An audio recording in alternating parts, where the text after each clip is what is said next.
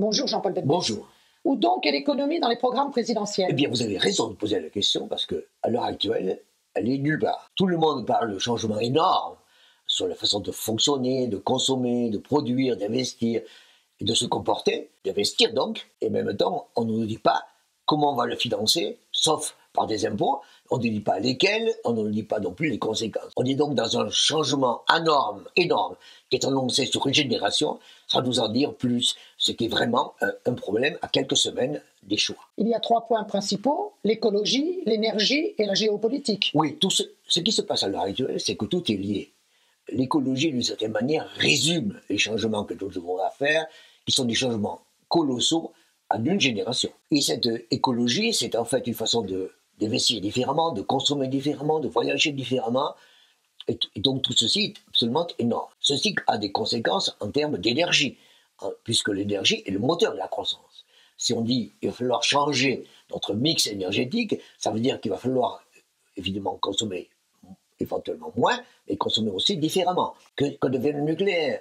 Où va le gaz, le pétrole? Quels espoirs peut-on nouer pour le photovoltaïque et l'éolien? En quelque sorte, l'inquiétude ou les interrogations sur le mix énergétique résument les interrogations que nous avons sur notre mix de croissance future. Vous aviez parlé dans un texte d'un mix énergétique européen. Oui, parce que le mix énergétique ne peut pas être français. Le mix énergétique, il est nécessairement européen.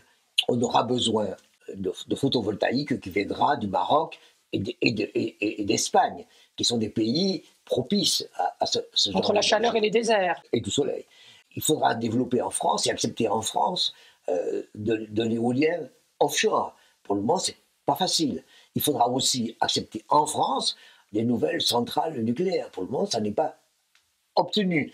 Et donc, on voit bien à quel point il faudra que chacun fasse des efforts et que chacun, en quelque sorte, coopère et collabore pour sortir de cette affaire, qui est une affaire effectivement écologique, une affaire économique, une affaire géopolitique. Il ne faut pas oublier non plus que nous sommes aujourd'hui tributaires et très tributaires de prix du gaz qui est élevé et de prix du pétrole qui est élevé. Donc, il va falloir une croissance équitable et soutenable et dans la durée? Oui, c'est-à-dire qu'il faudra absolument changer. Derrière tout ceci, il y a l'électronique ou l'informatisation de l'économie, de la société.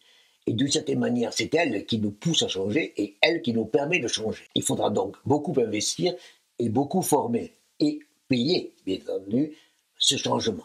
Et en même temps, il faudra bien l'expliquer, parce que si on ne dit pas ce qui va se passer, à ce moment-là, les gens, vont être inquiets et peut-être se révolter. Donc, comme toujours, il faut de l'économie, mais cela va être très exigeant, mais il faut dire la vérité.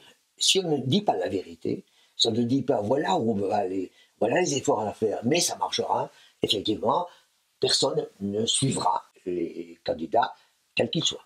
Les changements seront pour tous. Les changements seront pour tous. Merci Jean-Paul Betbès. Je vous invite à vous abonner, je vous invite à liker, je vous invite à en parler, je vous invite à faire des commentaires. Donc, je vous invite. Merci.